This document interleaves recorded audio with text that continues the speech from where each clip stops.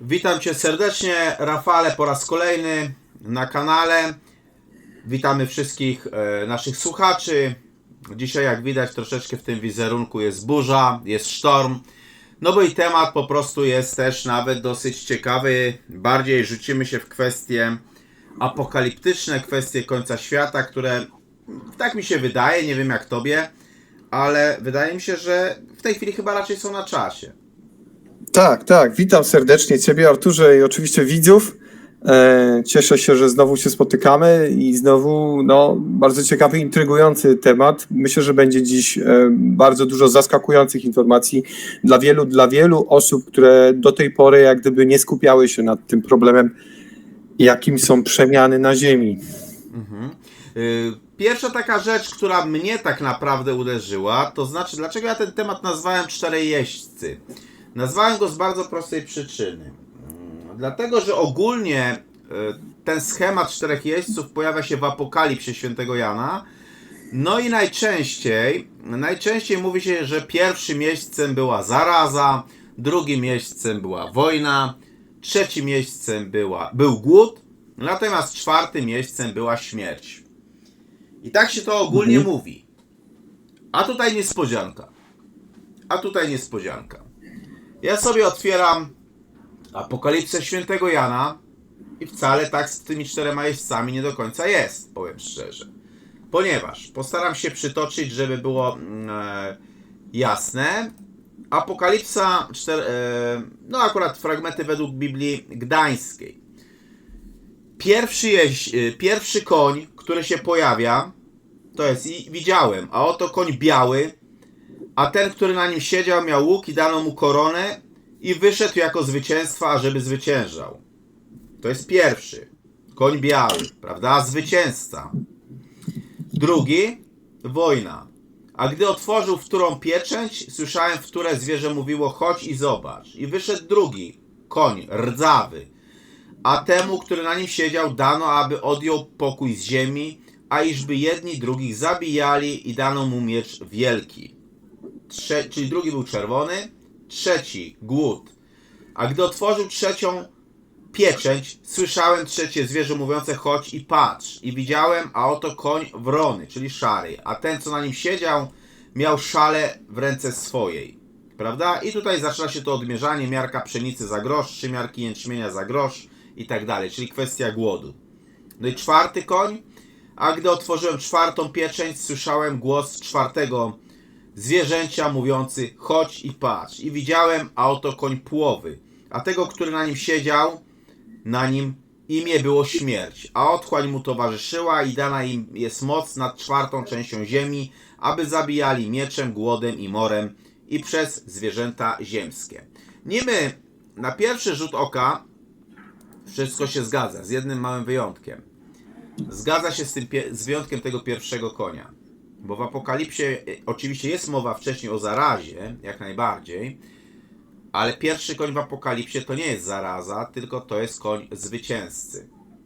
I tak to wychodzi, że bibliści ogólnie długo się zastanawiali nad tym, bo przecież ten koń zwycięzcy to mógłby być de facto Jezus, tak? Tyle tylko, że Jezus w Apokalipsie pojawia się dużo później, w innych relacjach i w innych konotacjach. A ten pierwszy tak naprawdę koń, to bibliści twierdzą, że to jest właśnie antychryst. Ktoś, kto w tym okresie ucisku, tak naprawdę okresie ucisku, wjeżdża i zapowiada. I stara się właśnie zwyciężać, wbrew pozorom. Może tak przechodząc bo to jest tak tytułem wstępu, jeśli chodzi o kwestie związane z tymi czasami ostatecznymi. Ja podejrzewam, Rafale, że u Ciebie tak samo wiele było kwestii typu tego, że na pewno też się obiło o Twoje uszy wiele kwestii związanych z różnymi rozmaitymi proroctwami dotyczącymi końca świata. Też tak na dobrą sprawę, bo wydaje mi się, że gdzieś tam te proroctwa w jakimś tam stopniu się przewijały. One się przewijały w różnych kulturach ogólnie. No i właśnie kwestia...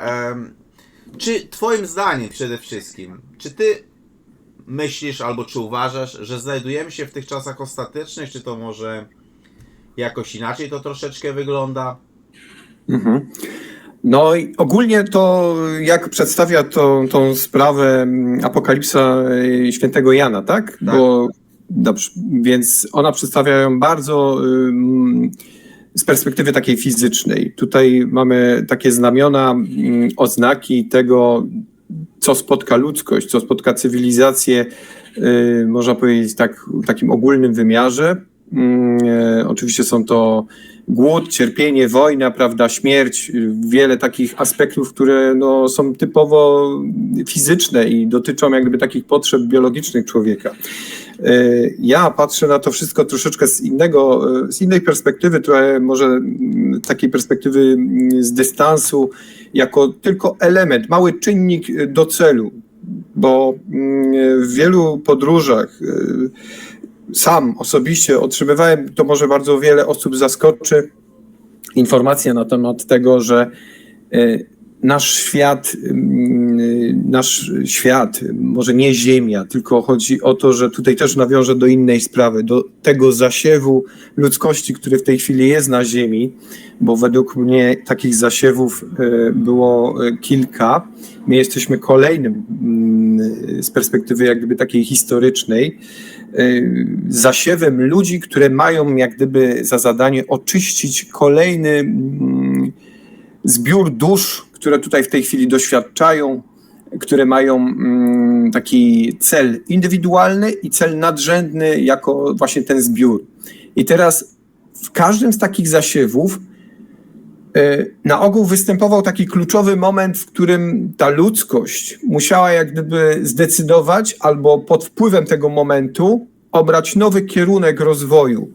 I my właśnie stoimy w tej chwili właśnie w takim momencie, nasza cywilizacja, ludzkość, który był niejednokrotnie gdzieś przekazywany i też ujmowany w podobne kanwy, jak tutaj mówi ta Apokalipsa świętego Jana, czyli właśnie śmierć, zniszczenie, wojny, głód i tak dalej, one się z tym miały łączyć, ale konsekwencją tego będzie jak gdyby ujednolicenie ludzkości, duchowe ujednolicenie, wzniesienie się jak gdyby na wyższy poziom rozwoju, takiej perspektywy widzenia tego świata, dostrzegania tego, co jest ważne w tym świecie naprawdę, co jest bardzo istotne w tym świecie, istotniejsze niż tylko i wyłącznie życie i utrzymywanie tego życia, podtrzymywanie go na gruncie takim bytowym, materialnym. Właśnie no wiele takich podróży i proroctw mówiło, że to w konsekwencji da coś bardzo pozytywnego. Jeżeli patrzymy z perspektywy tylko i wyłącznie jednego życia na Ziemi, to oczywiście no, straszne, prawda? Będziemy musieli tego doświadczyć. Będziemy uczestnikami, obserwatorami tego, o czym wspomniały właśnie wspomniane przez ciebie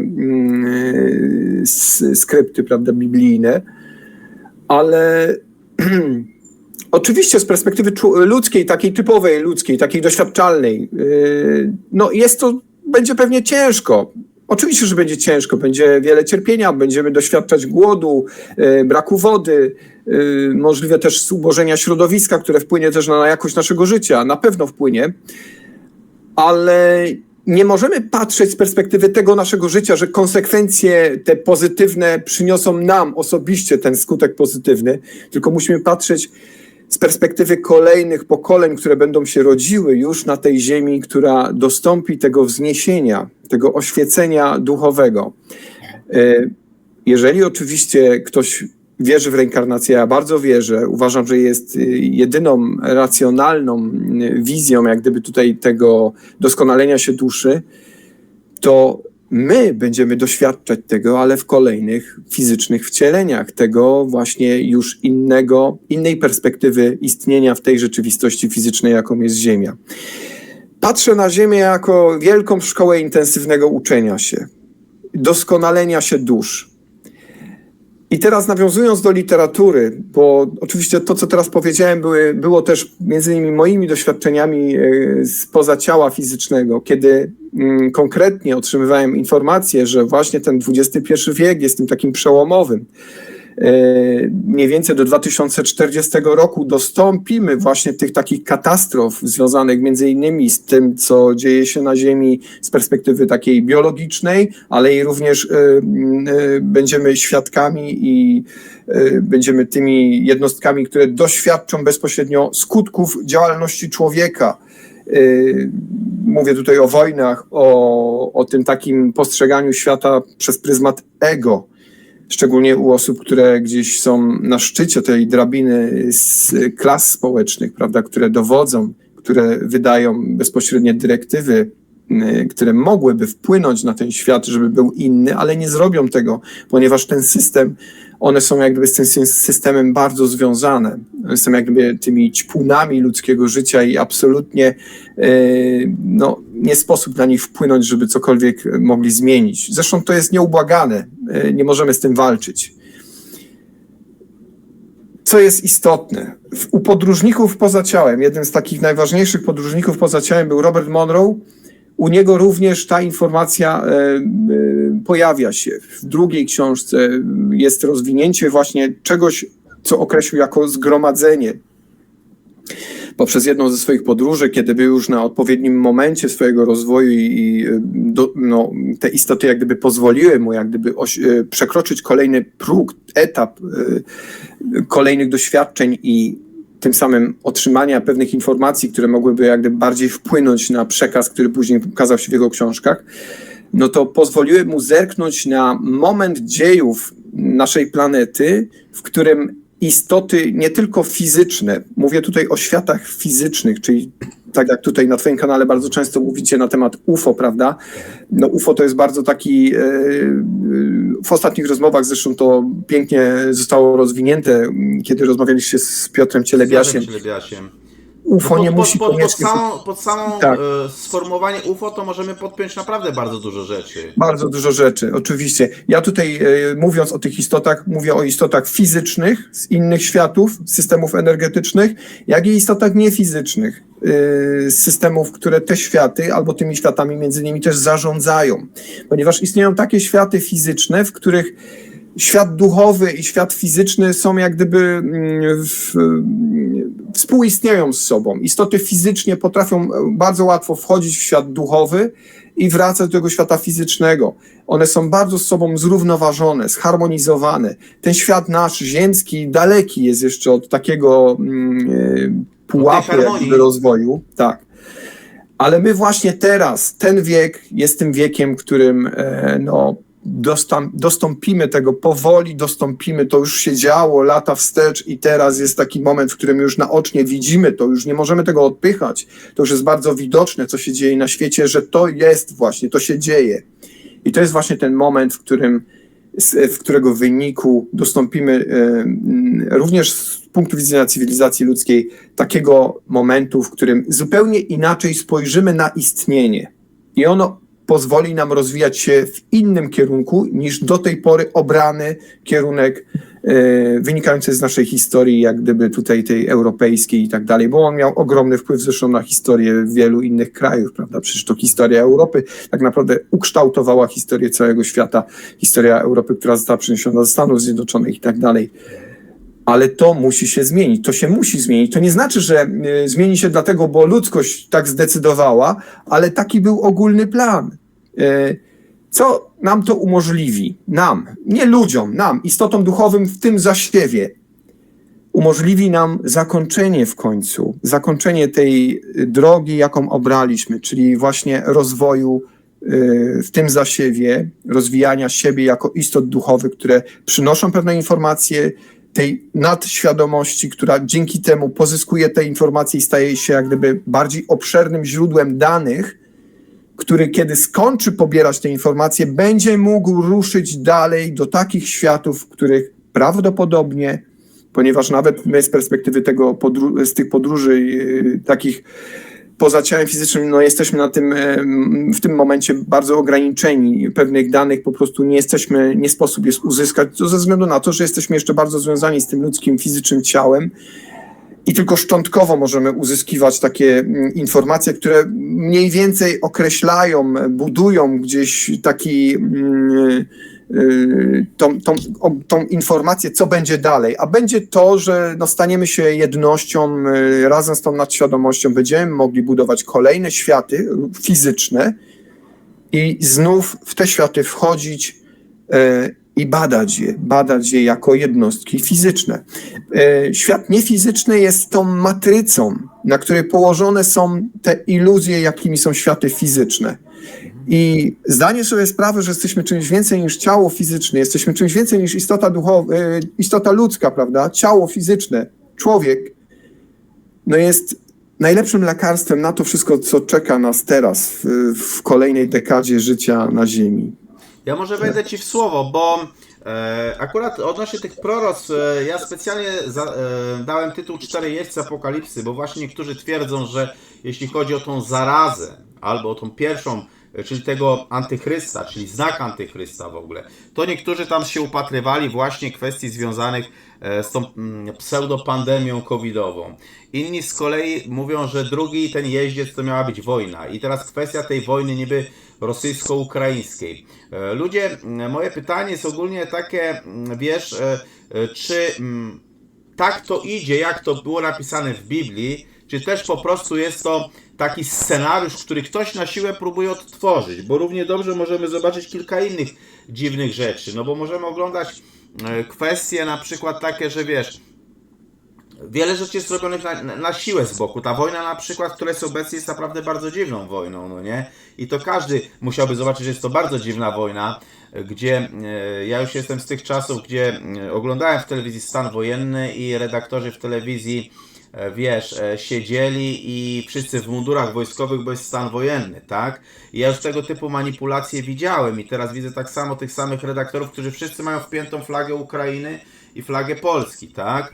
A wcześniej wszyscy redaktorzy w maseczkach siedzieli, nie? Po prostu, bo to tak straszliwe było. Więc takie mechanizmy, które na przykład, no, propaganda pewne rzeczy robi, nazwijmy to, prawda? Propaganda pewne rzeczy robi, a rzeczywistość wygląda inaczej. No bo przez 2 lata śmiano się przykładowo, wiesz, śmiano się z Rosji, co to przecież Dzień Zwycięstwa, przez plac Defilat przejechał jeden T-34. No ale wiesz, na dobrą sprawę to moglibyśmy się dzisiaj pośmiać z Ukrainy, bo Rosjanie przez 2 lata sobie spokojnie siedzą, a Ukraina ma cały sprzęt NATO i nie jest w stanie pokonać tego jednego T-34, który przejechał przez ten plac czerwony, prawda? No, więc doskonale widać, jak propaganda działa, widać, że zmasowane ataki na Kijów, tylko jakoś ci Rosjanie tak źle strzelają, wiesz, bo nie potrafią trafić w pałac prezydenta, nie potrafią trafić w parlament, zmasowane ataki na Odessę. 150, nie wiem, rakiet puszczonych. Liczba ofiar? 1. Więc też człowiek z boku, siedząc i słuchając, tak jak przez 2 lata słuchaliśmy różnych rzeczy, które były, a rzeczywistość była kompletnie inna. Tak, w przypadku tej na przykład wojny, która w tej chwili jest, siedzimy, słuchamy, co telewizja mówi, a rzeczywistość również jest dalej inna. Prawda? Natomiast chciałbym przejść w tej chwili, właśnie się zastanawiam, czy jest to, czy to idzie według tego, co Jan przewidywał w Apokalipsie, czy też po prostu ktoś na siłę ten scenariusz próbuje, nazwijmy to, odtwarzać. Ale chciałem zwrócić uwagę na jeszcze inną rzecz. Tych czasów ostatecznych, że fajne przepowiednie były królowej Saby na temat tego końca świata. Te przepowiednie zostały podzielone na 3 części i co więcej, niektórzy twierdzą, że 2 z nich to się już spełniły. To taka pierwsza grupa znaków wskazywała na to, że właśnie zbliża się ta zagłada cywilizacji i ona twierdziła, że nastąpi zapanowanie pieniądza nad światem. Według królowej Saby miał się rozpocząć w ogóle niesamowicie szybki rozwój technologiczny oraz zanik wszelkiej szczerości między ludźmi. Zwróć uwagę, Rafale, jak ciężko jest dzisiaj przykładowo w ogóle dotrzeć do człowieka, albo z człowiekiem rozmawiać, albo żeby człowiek powiedział, co myśli, co czuje, w którym punkcie jest, jak to w tej chwili na przykład zanika, prawda? To jest, powiem Ci szczerze, bardzo, bardzo takie ciekawe. Drugą grupą według królowej Saby był taki ekonomiczny przymus do pracy ponad siłę.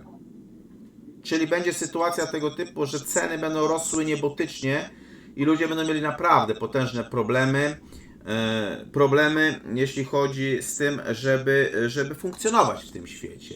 Bo to zostanie jakoś tam wzięte, przygniecione. Natomiast trzecia grupa znaków to tak naprawdę miało być pojawienie się wielkiej suszy, poruszanie się, jakieś trzęsienia ziemi, no i wiele rozmaitych innych atrakcji, tak jak pożary, przykładowo tak jak to, co w tej chwili było na Hawajach, prawda? I to wszystko miało się, zdaniem królowej Saby, pocić krwią. Księżyc miał być krwisty, słońce miało być krwiste, no a w niektórych miejscach w ogóle gleba miała ogólnie wziąć i też płonąć. Też oczywiście Apokalipsa mówi o takich 3 dniach ciemności, prawda? Na końcu świata, które miały być. Co więcej, w przepowiedniach swoich, m.in. ojciec Pio również mówił, że dojdzie do czegoś takiego, jak właśnie te 3 dni ciemności. Te 3 dni ciemności były opisywane zarówno w Ewangelii Mateusza, jak i właśnie w Apokalipsie świętego Jana, prawda? To jest bardzo ciekawe, bo ta mroczna przepowiednia ojca Pio bezpośrednio jakby nawiązywała do Apokalipsy. Te dni miały być to właśnie, jak wspomniałem, 3 dni tej ciemności.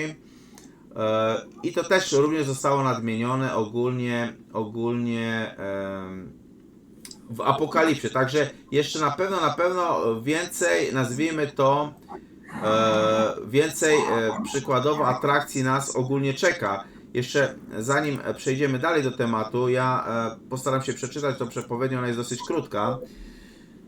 Przyjdą ciężkie czasy, a gdy to będzie się działo, zatykajcie i zaciemniajcie okna. Nie wychodźcie na podwórko i nie wyglądajcie na zewnątrz, bo nie wytrzymacie grozy, która będzie szła. Tylko w pokojach bądźcie, uklęknijcie i módlcie się szczerze. Ze łzami w oczach proście: Jezu, nie każ nas, Jezu, ratuj nas, Jezu, wysłuchaj nas. Trzeba dużo prosić i straszna kara przejdzie po modlitwie i będzie jeszcze dobrze na ziemi. Co ciekawe, wiesz, Rafale, jakoś w większości tych różnej maści przepowiedni zawsze jest jakiś optymistyczny koniec, nie?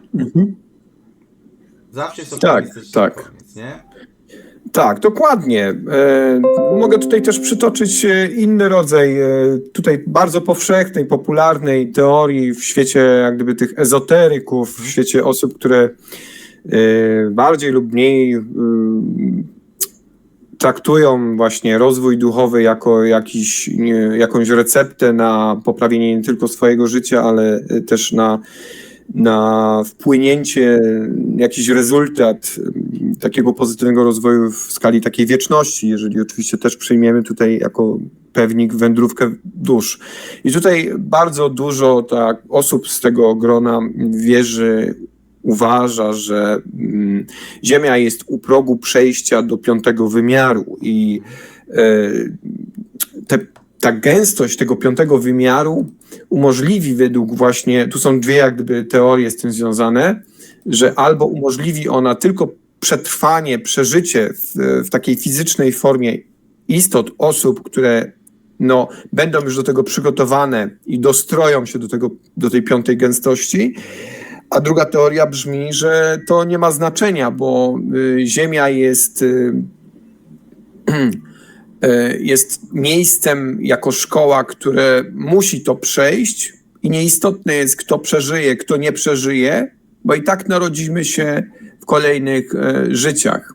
I teraz ja ogólnie optuję za tym, że jednak to nie będzie miało znaczenia, kto przeżyje, a kto nie, ponieważ jeżeli już myślimy z perspektywy takiej, rozwijam się duchowo, robię wszystko, żeby tylko przeżyć przejście do 5. wymiaru, no to już pokazuje, że mój rozwój jest jednak na takim poziomie bardzo materialnym, bo jednak zależy mi na tym, żeby przetrwać jako fizyczna istota, prawda? Z drugiej strony musimy pamiętać, że chodzi tu o gęstość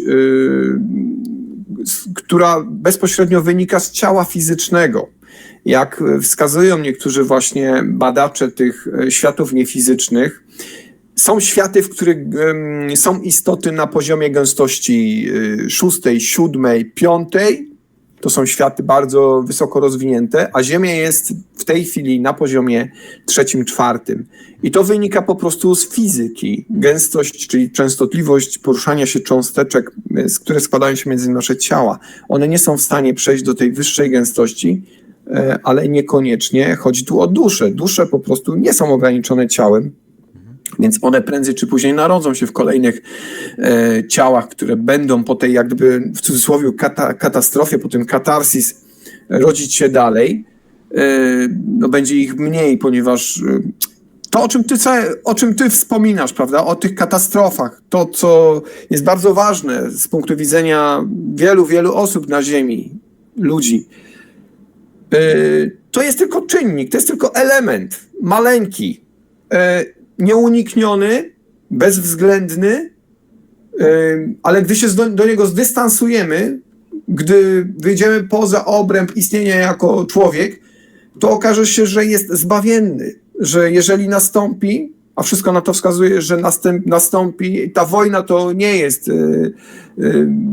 jest jakiś efekt tego działania, to jest maleńka wojna, tak jak wojna, mówisz, to ja bym tutaj na to wojnę na Ukrainie... wojna to będzie na 100%, na 200% będzie tak, wojna. wojna o zasoby, o wodę, prawda, o tym mówimy. Że to mówię, wystarczy, że wiąże fakty, po prostu ogólnie. Wojna na 100% tak. będzie, bo to w tym kierunku idzie i wszelkie przesłanki, jeśli wojny nie będzie, to Stany Zjednoczone splajtują, no i to jest jasna sprawa, to musi iść w tym kierunku.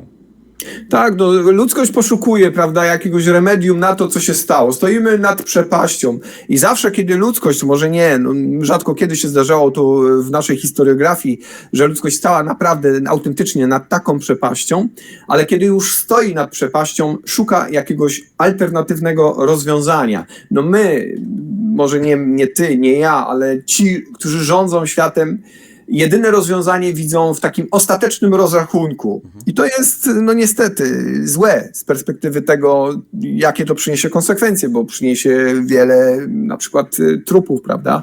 Ale jeżeli jest to jedyna droga, żeby się zjednoczyć, czyli podbojem, co wiele razy, setek razy, tysięcy razy w naszej historii nie udało się, a próbowało wielu podbić cały świat, prawda? Nigdy się to nie udało nikomu, ale jednak mimo to ciągle uparcie idziemy w tą ślepą uliczkę. No, wynika to troszeczkę też z tego, że są pewne osoby, które nie chcą się dogadać, które chcą żyć osobno, prawda? Chcą mieć osobne państwa, chcą mieć osobne grupy, zbiory, społeczeństwa. No, jesteśmy jeszcze na takim poziomie rozwoju, kiedy jako całość, jako grupa, jako zbiór ludzkości tego nie rozumiemy, że to nie tędy droga. Również dla tych istot, o których bardzo często na kanale wspominacie, dla tych, które są na tym wyższym stadium rozwoju, nie tylko tego technologicznego, ale również i duchowego, no, nie możemy dostąpić do tej takiej cywilizacji wszechświata, fizycznej cywilizacji, dopóki nie zjednoczymy się jako Ziemia, jako ludzkość całej Ziemi po prostu. Wyobraź sobie podbój kosmosu, gdzie na każdej planecie stawiamy osobne flagi i znów walczymy o to, kto dominuje, prawda? To jest no, równia pochyła. No tak nie może być. Ludzkość musi się zjednoczyć. I elementem właśnie tej transformacji będzie zmuszenie nas do tego, żebyśmy się po prostu zjednoczyli jako ludzkość. Jak to jest możliwe? Dlaczego miałoby to nastąpić?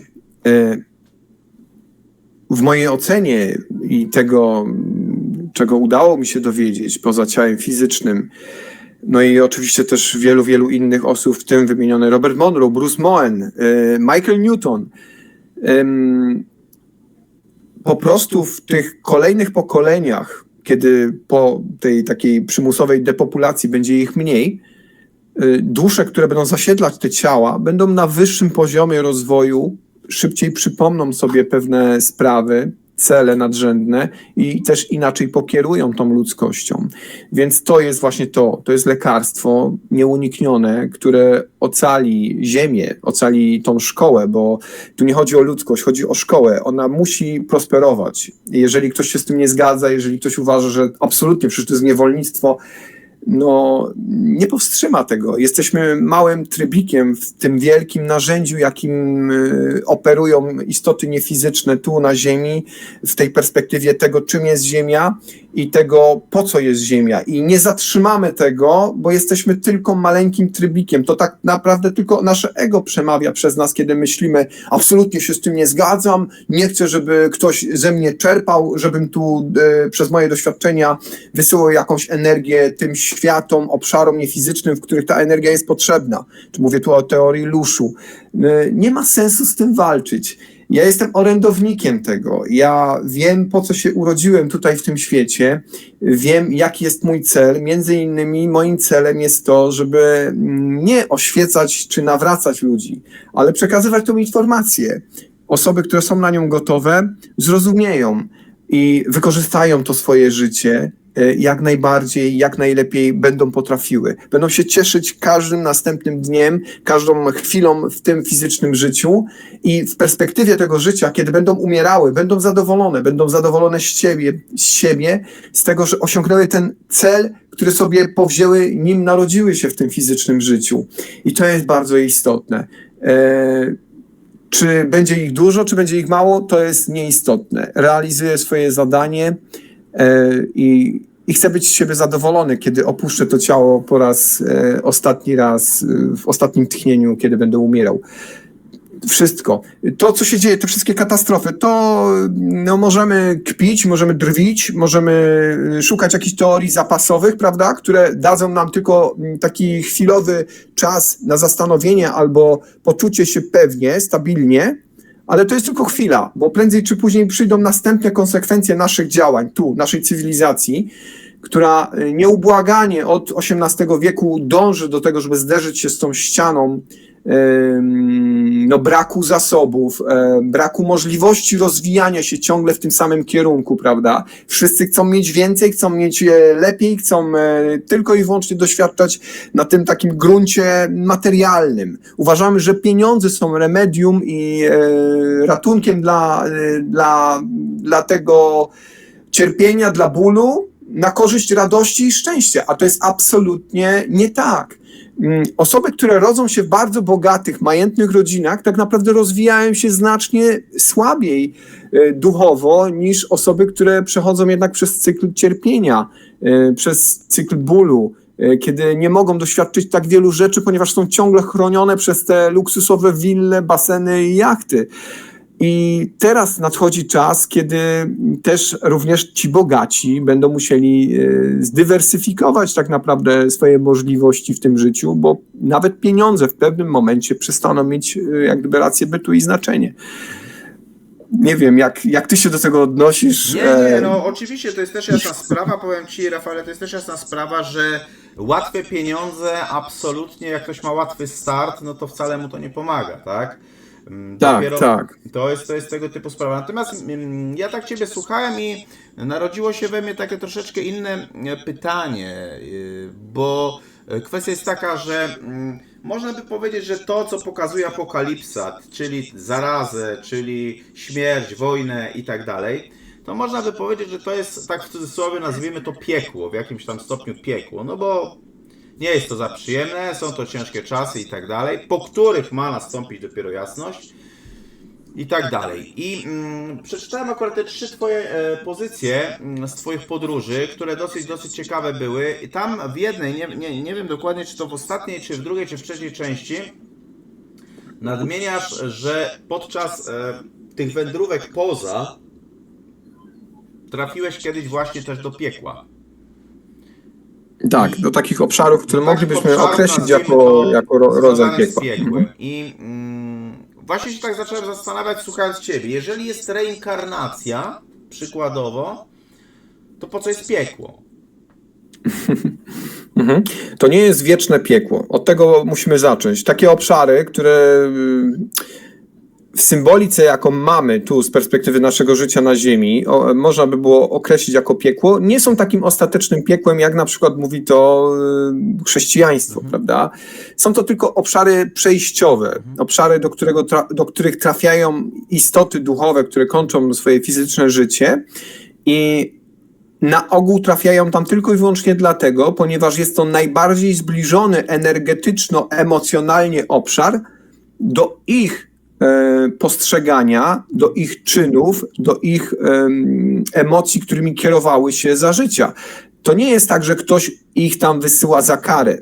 Tak naprawdę to jest kara, którą same sobie te istoty stworzyły. Mało tego, te istoty nawet tam tworzą te światy, dokładając nowe obszary, nowe jakieś perspektywy i tak dalej. Są istoty, które tam po prostu całą wieczność z punktu widzenia naszego czasu takiego ziemskiego mogą spędzić i stają się bardzo takimi zatwardziałymi mistrzami tych obszarów, ale to prowadzi prędzej czy później do takiego totalnego zagubienia tych istot i nawet może tu kogoś zaskoczę, ale nawet do unicestwienia energii, jaką są te istoty. To się zdarza według moich takich informacji i danych bardzo niezwykle rzadko, unicestwienie w ogóle istoty duchowej, ale zdarza się. Czy ona jest unicestwiona totalnie? Nie. Ona jest po prostu pozbawiona jak gdyby tych cech świadomości i z tej energii tworzona jest kolejna jak gdyby istota, osobowość, duch, który w połączeniu z dużą dawką uzdrowiającej energii miłości jest w stanie kontynuować jak gdyby tą drogę, ale no tamta świadomość jak gdyby przestaje istnieć. A więc coś takiego jak unicestwienie świadomości, takiej małej oczywiście, bo tu z punktu widzenia takiego patrzymy człowieka, który umarł i trafia do pewnego obszaru, jest możliwa. Takie obszary są i udało. Wydaje mi się, że trafiłem tam przypadkowo, ale z drugiej strony no w zasadzie nie ma przypadków, więc możliwe, że miałem tam się dostać, żeby ewentualnie to opisać, żeby móc przekazać te informacje. Trafiłem dwukrotnie do takich miejsc właśnie, które mogę nazwać jako piekła. To są takie miejsca no różne, prawda? Mogą być bardzo rozbudowane, mogą być bardzo takie zupełnie pozbawione tej ingerencji jakichś istot, które nadzorują tymi obszarami. Wtedy te istoty, które tam są, one naprawdę kierując się tak prymitywnymi instynktami, w zasadzie polują na siebie. To wszystko zależy też od tego, jakie to jest piekło, bo to może być piekło dla, nie wiem, sadystycznych morderców, a może być to piekło dla złodziei. To jest zupełnie inna perspektywa, prawda? Ale to też nie jest tak, że wszyscy, którzy za życia coś robili złego, trafiają do takich miejsc, bo wszystko zależy od tego, czy one zrozumieją jak gdyby stratę energii, która się dokonała poprzez czyny na ziemi za życia. Jeżeli tego nie zrozumieją, jeżeli sobie tego nie uświadomią, to zostaną przyciągnięte przez taki obszar. Jeżeli to zrozumieją po śmierci, to istnieje możliwość rekonwalescencji, naprawy, regeneracji i trafienia do obszarów, w których te istoty są w stanie połączyć się z tą wyższą świadomością i na nowo obrać jak gdyby nową perspektywę kolejnego fizycznego życia. Także to powiem tak, tamten świat, on jest niezwykle perfekcyjnie zbudowany i nie sposób tak naprawdę tak nawet w jednej czy w jakiejś encyklopedycznej książce czy tomiskach ująć wszystko, żeby powiedzieć tak jest i koniec. Nie, ciągle są pewne rzeczy, które odkrywamy i one może nie podważają tych wcześniejszych odkryć, ale dokładają, rozbudowują pewne, uszczegóławiają.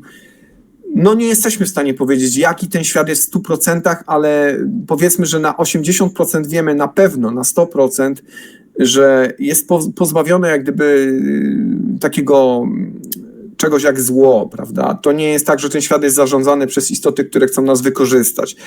To jest jak jedna wielka fabryka, oczywiście trywialnie można by to było tak nazwać, ale fabryka do doskonalenia się dusz, do pozyskiwania jeszcze większej ilości danych, które sprawiają, że świadomość, która tym zarządza, jest potężniejszą świadomością, pełniejszą świadomością i dzięki tym może budować kolejne światy, dzięki którym właśnie jeszcze więcej może pozyskiwać danych, nowych danych, ponieważ tych światów, możliwości w ogóle jest tak niezliczona ilość. Mówię tutaj o fizycznym wszechświecie.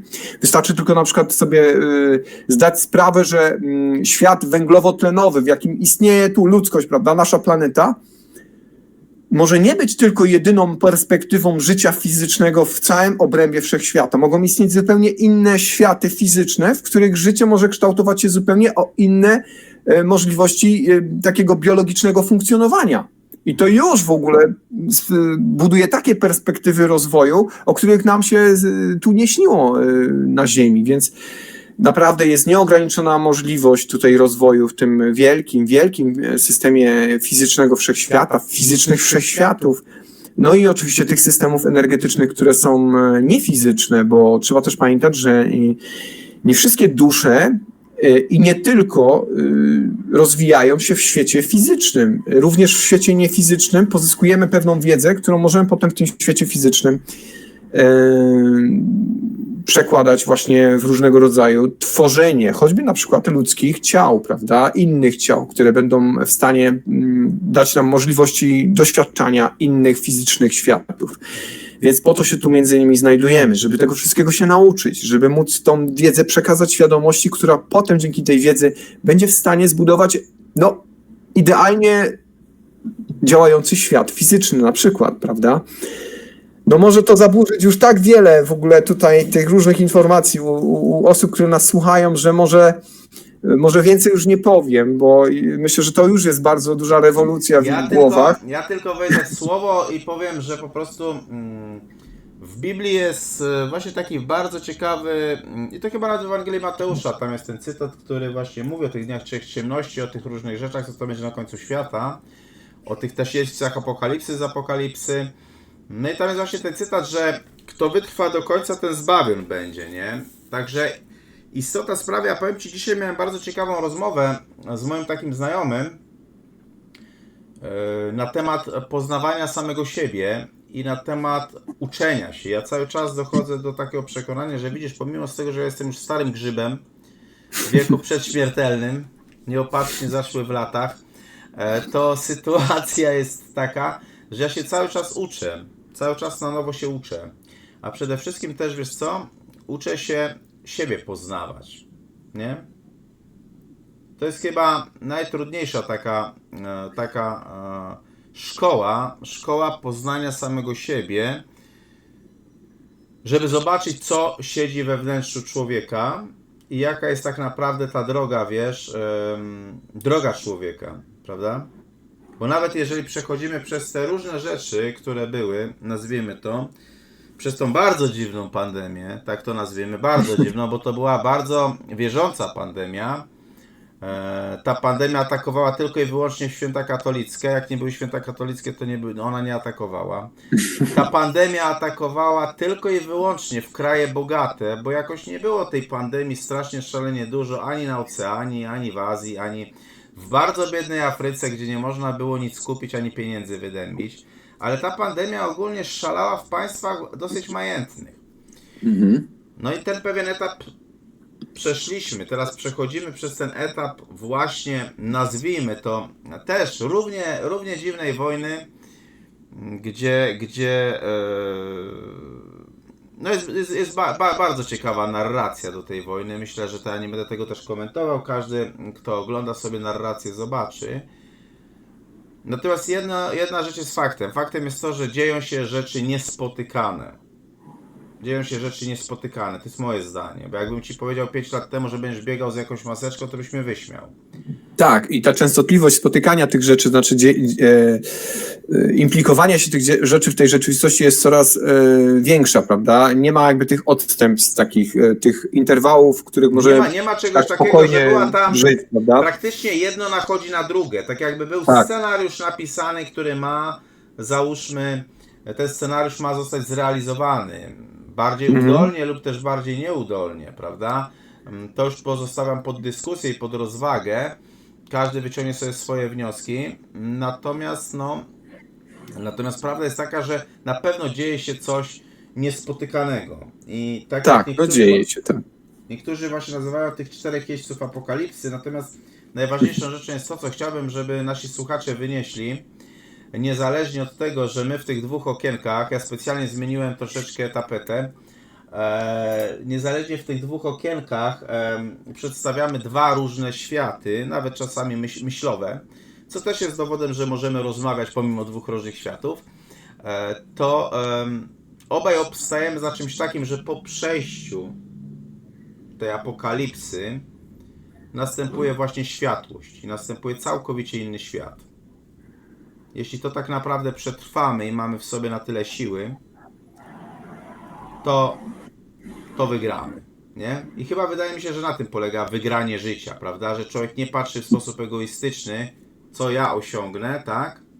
Tylko patrzy troszkę dalej. Nawet tak jak ty to na samym początku powiedziałeś, te przyszłe pokolenia przykładowo, dajmy na to, nie? Tak, tak. To zobacz, jak to się, jakie to jest zaburzenie, taka dysocjacja w ogóle społeczna, że wszyscy rodzice, jak jeden mąż, wszyscy chcą dobra dla swoich dzieci, ale to jest takie myślenie krótkotrwałe, krótkofalowe, bo przecież nie patrzą z perspektywy, co będzie na naszej planecie, na tej planecie za 20 lat i czy to dziecko będzie w stanie jako dorosła osoba potem, nie wiem, żyć i doświadczać tego, czego doświadcza teraz ten rodzic, tylko myślą teraz, co będzie teraz. Teraz muszę mu zapewnić to, tamto, owamto. Nieważne, czy eksploatuję planetę bardziej, czy przez to zatruwam środowisko. Teraz, liczy się tylko i wyłącznie teraz, ale to nie jest ta filozofia mindfulness, czyli bycia tu i teraz, tylko teraz materialne teraz, prawda? No tak, Im więcej to teraz, jest tym kwestia lepiej. mówienia, że chcę dobra dla mojego dziecka, to znaczy chcę, żeby się ono ustawiło. Mi się po prostu... No, o mi się właśnie, po prostu, dobrze to mi się po określiłeś. prostu bardzo często, mi się po prostu dwa takie przykłady do głowy cisną w tym momencie. Po pierwsze, mi się bardzo często kojarzy modlitwa Ojcze Nasz, gdzie niektórzy bardzo chętnie by się modlili, bądź wola Twoja, ale ta Twoja wola niech będzie taka jak moja, żebyśmy się razem zrozumieli, nie? Tak, Żeby ona nie tak. była raczej inna, nie? Po prostu, to jest pierwsza rzecz. A druga rzecz jest taka, że ja kiedyś na jednym z shortów powiedziałem taki przykład, jak to jest z naszą wiarą, bo ja mam wrażenie, że z naszą wiarą to najczęściej to jest tak, że kiedyś spotkał się muzułmanin z buddystą i z chrześcijaninem, no i się dyskutowali, który to tak naprawdę Bóg jest prawdziwy, który ten. No i wpadli na pomysł, że sobie skoczą ze skały, nie wiem czy to znasz, i że sobie skoczą ze skały i ten, który wyląduje bezpiecznie z tej skały, to będzie sytuacja, że tego Bóg jest prawdziwy. No nie, ale jak będziesz leciał z tej skały, to masz się modlić do swojego Boga.